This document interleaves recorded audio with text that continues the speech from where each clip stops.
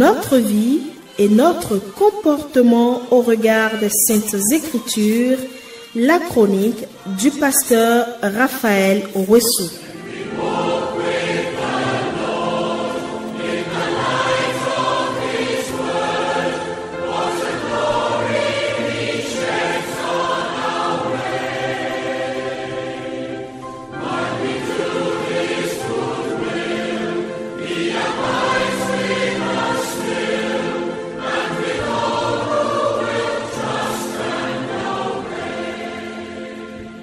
Chers frères et sœurs dans le Seigneur, la grâce et la paix vous sont données de la part de Dieu notre Père et de notre Seigneur Jésus-Christ. Amen.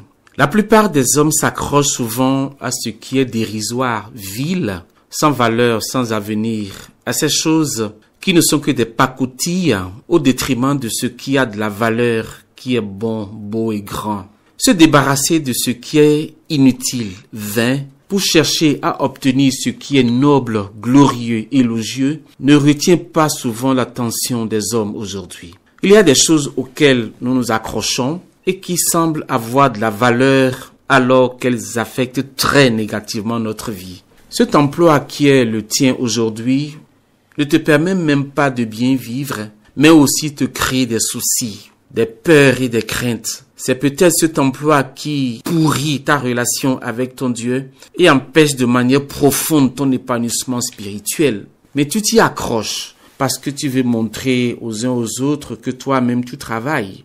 Quel travail fais-tu? C'est là un travail honteux, semblable à ce que l'enfant prodigue a fait, lui qui, en qualité de juif, a été forcé d'élever les porcs et à leur donner à manger. L'anecdote suivante illustre bien ce que je voudrais dire. Il fut une fois un singe qui se baladait dans la jungle mangeant des fruits délicieux chaque fois qu'il avait faim. Un jour, il est arrivé dans une maison où il y avait une corbeille contenant diverses sortes de fruits. Pour lui, il fallait se servir d'un fruit, fuir loin dans la forêt et prendre son temps pour bien le manger. Ne sachant pas que les fruits qui étaient dans la corbeille n'étaient que des ornements parce que étaient fabriqués en bois, notre ami le singe s'empara d'une très belle pomme pensant trouver quelque chose de plus délicieux à savourer. Il a tout fait pour vouloir manger sa pomme, mais ses dents n'arrivaient pas à pénétrer ce fruit naturellement bien charnu parce que ce que lui tenait comme fruit délicieux n'était qu'un bois dur, très dur, mais d'une ressemblance totale à une pomme qui ne peut malicieusement que saliver le pauvre singe. Ayant passé assez de temps à vouloir manger sa prétendue jolie pomme, la fatigue et la faim le saisirent et il était incapable de grimper sur des arbres pour cueillir de vrais fruits car ses mains étaient encore chargées de cette fausse pomme. Malgré que ce qu'il tenait entre ses mains n'arrivait pas à apaiser sa faim, le laisser tomber lui semblait insensé. Mais finalement, il a été obligé de laisser tomber la pomme en bois et est allé cueillir de vrais fruits. Il retrouva par là sa vraie joie après avoir laissé tomber la pomme en bois. Alors, c'est la même chose qui est demandée à chacun de nous. Retrouver notre joie après avoir laissé cette fascinante pomme en bois. Ce péché, cette mauvaise habitude qui ressemble à un plaisir, mais qui pourtant nous ruine, nous fait souffrir et nous oriente dangereusement vers la perdition.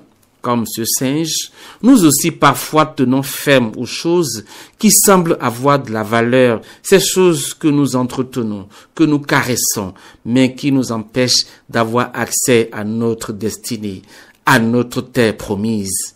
Il nous suffit de laisser tomber cette rancune, cette amertume, cette relation impie qui nous vide de notre gloire. Il nous suffit de laisser tomber cette anxiété et nous pouvons retrouver notre vraie joie de vivre. Souvent, nous confondons le vrai avec le faux et demeurons aveugles en nous attachant à ce qui est faux et vil. L'Épître aux Hébreux nous dit, « Puisque nous sommes environnés d'une si grande nuée de témoins, rejetons tout fardeau et le péché qui nous enveloppe si facilement et courons avec persévérance dans la carrière qui nous est ouverte.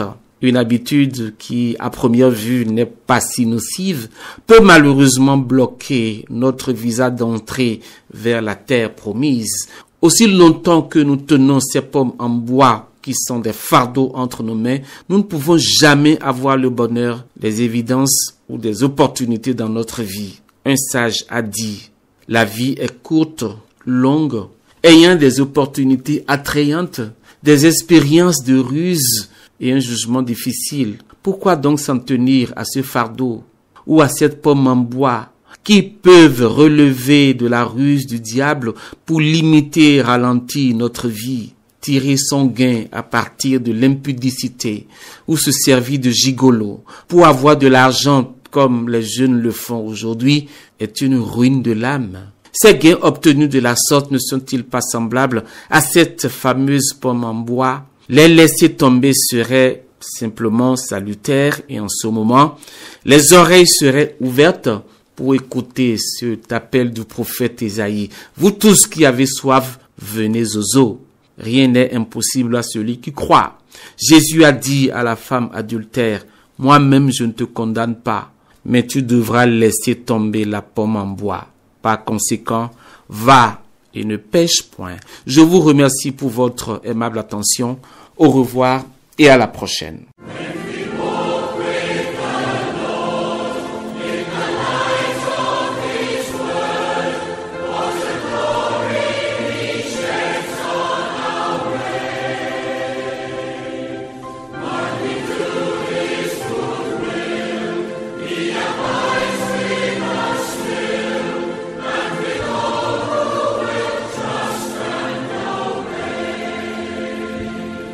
Notre vie et notre comportement au regard des Saintes Écritures, la chronique du pasteur Raphaël Ouessou.